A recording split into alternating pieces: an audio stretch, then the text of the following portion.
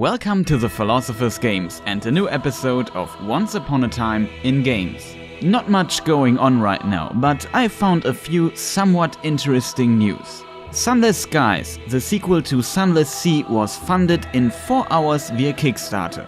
To be honest, that is not that interesting in itself, but they released a short teaser and with that we got a few impressions of the game.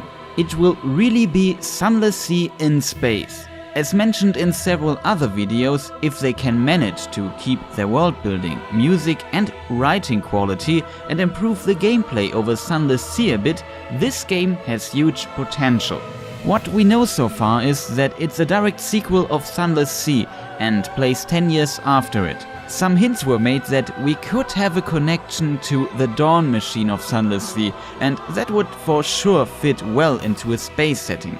Looking at the footage, it really looks like Sunless Sea, which is not a bad thing, but I was still a bit surprised by how similar it looks in places. So they are not reinventing the wheel, which could be interpreted as them focusing to improve the issues of the last game, and I think that is absolutely the right decision. Really looking forward on exploring the universe and with that the Cthulhu-esque horrors of space.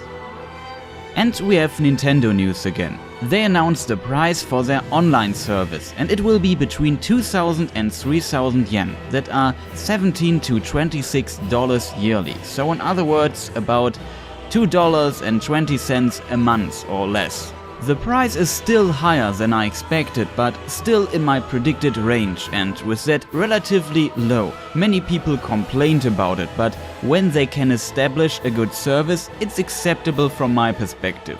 The price tag was very important and Nintendo pretty much announced what a lot of people were thinking. Still, multiplayer for free would be better, but considering that their competitors have paid online services for years now, it's not a strange decision. Also keep in mind that you still have local multiplayer with the Switch, but still concerns about functionality and offered games and software still remain. Star Wars Sins of a Galactic Empire got a new update, which will be probably the last big one and brings this total conversion Star Wars mod for Sins of a Solar Empire Rebellion into its final state. I personally have to admit that I really miss a good Star Wars strategy or 4X game.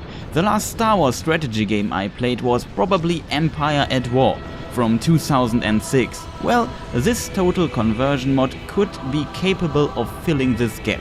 I link it down in the description. I can also recommend Sins of a Solar Empire Rebellion itself. In a Steam sale you get it for like $10, and there are, in addition to a good real-time 4X base game, also great mods like the mentioned Star Wars mod, but also a Halo mod or a Star Trek mod, all total conversions.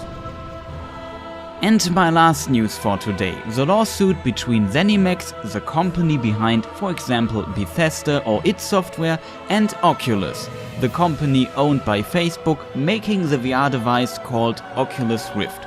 But there's not much to say, to be honest. Still, I wanted to mention it. Well, it didn't went that well for Oculus, at least for now. And it seems that Oculus and high business people owe Zenimax $500 million, but I assume the decision will be appealed. Overall, no good news for Oculus and VR, I guess. This could of course help some competitors, but will maybe damage Facebook's VR plans and damage VR in general. I think it really needs the competition. Right now, VR devices are still more for enthusiasts, with only Sony breaking this area a bit, and losing such a big amount of money could damage the development and especially Oculus as a company.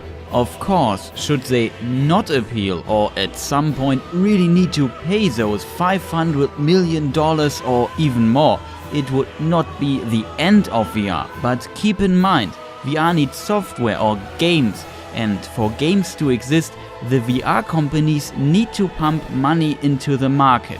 If one company is crippled, that could mean less money, with that fewer games. Not a great situation for a quite young technology that is heavily software and still investment dependent.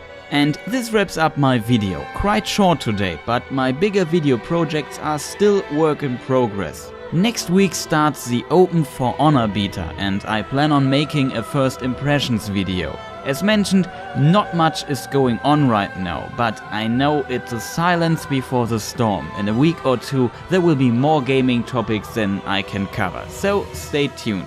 With all that said, I hope you enjoyed the video. If you really liked it, consider doing the YouTube things or follow me on Twitter.